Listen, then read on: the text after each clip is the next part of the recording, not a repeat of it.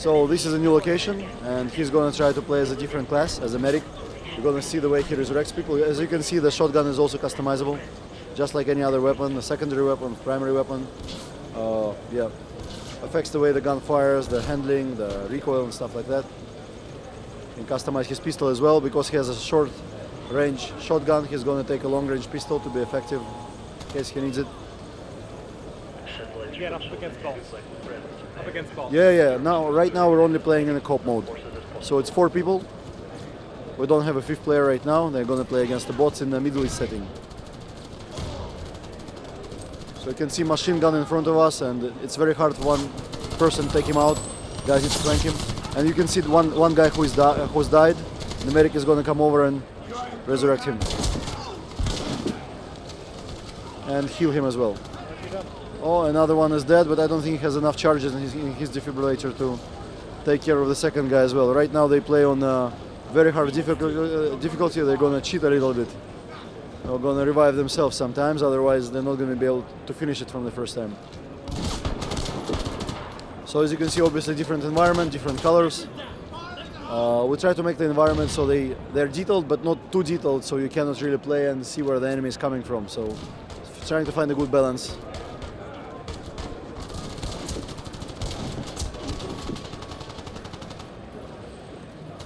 And yeah, these guys got knocked out by the shield guy.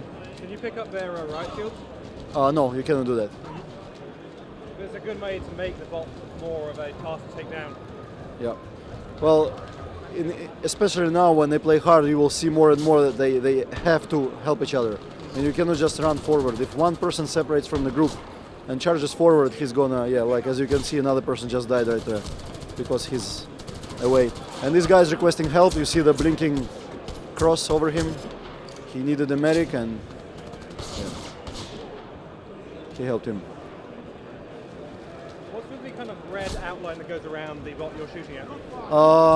It was one request by publishers because a lot of players, casual players, it's hard for them to see where the bots are. And I mean, it's a conscious choice. You can make a game in which like you try to be as real as possible, and you can also make a game which is fun for people who are not really used to playing games like that. So I think you can switch it off actually if you want to be very realistic, but by default it's switched on. Yeah. Some people say, okay, we don't need that, we're good enough, but some people are really like frustrated and they have the option of seeing where the enemy is. You can see how he's climbing around using the environment to flank the enemy as well.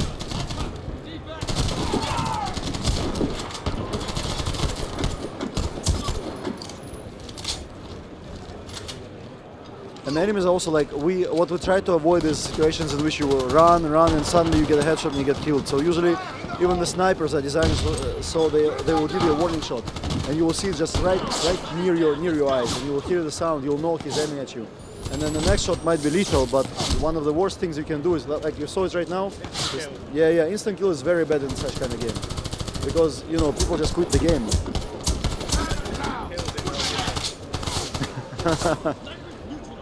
So which office at Crytek are you based out yourself? I am in Kiev. The game is primarily developed there. I've been there for the last couple of years. So before that I was working as art director on Far Cry and on Crysis, but because I speak Russian, they had this opportunity in Kiev and I decided to go there and work on this game. Previously, actually originally I'm from Russia. I was born in Moscow, that's why I speak the language, but I worked in Crytek since like 2001. Actually, yeah, 2001. How much Ukrainian is spoken in Kiev, you think? Everybody speaks Russian. Really? Everybody will speak Russian. Nobody, I mean, some people take pride in speaking Ukrainian only, but I mean... I just have a lot of Ukrainian friends over here, like kids who came over here in the 80s, you know? Well, Ukrainians have an advantage. All Ukrainians understand Russian, but no Russian understand Ukrainian. So now they have to blow up the gate, and behind the gate is going to be some more enemies.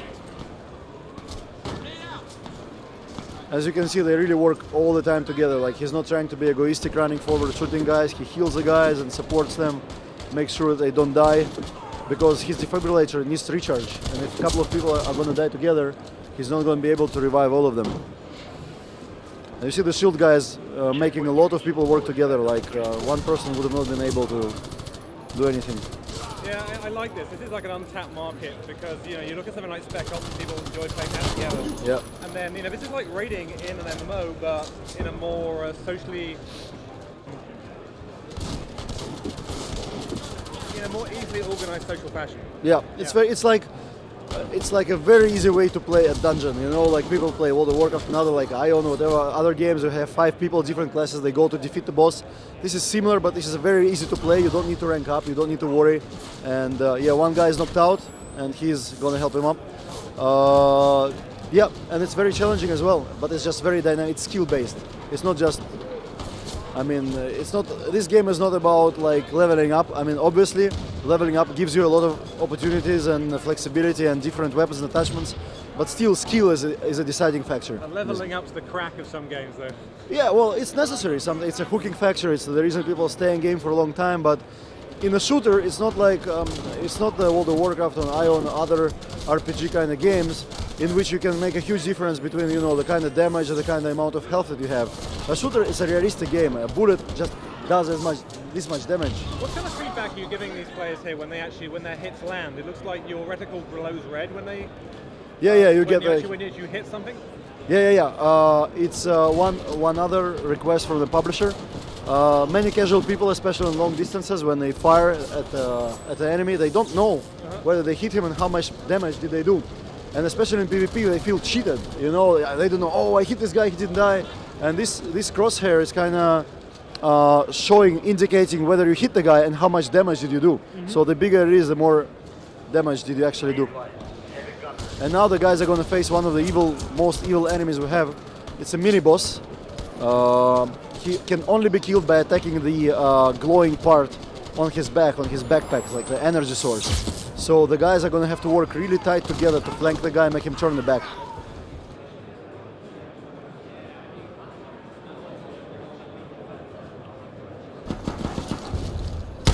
Probably going to see a lot of reviving happening right now.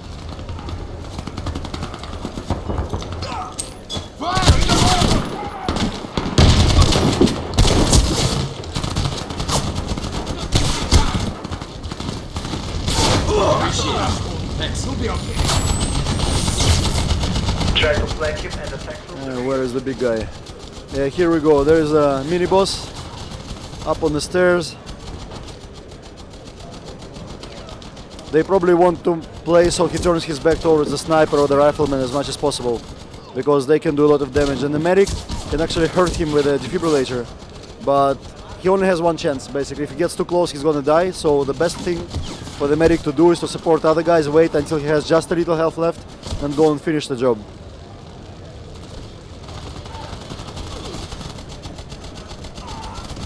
That's what he's trying to do right now. What the hell is that? Yeah, but it's very dangerous. You have to wait when he has a little bit less health left, otherwise... What is he wearing? He's just a big juggernaut kind of... He's wearing an Iron Man suit, a glowing reactor.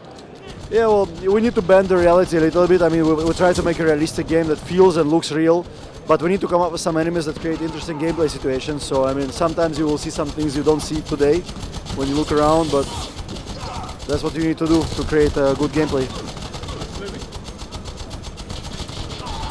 And he just needs one more shot, and he's down.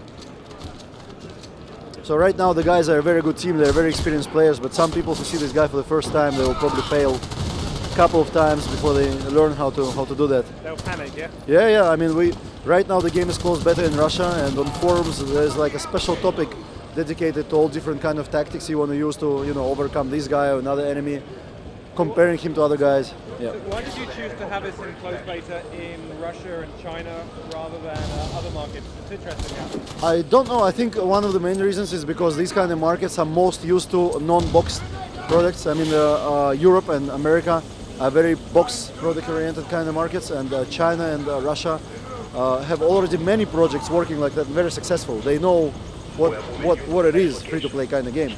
So yeah, that's probably the reason. And what's the economy of this game in terms of kind of how you guys are making money? Well, that depends heavily on the publisher and the territory. I mean, you'd be surprised how different publishers react differently. So you're going to sell this as a box product? No. This is definitely going to be a free game, free to download. The difference is gonna come from different territories. As far as like some people are gonna sell boosters to make things, you know, progress faster. Some people are gonna sell items directly.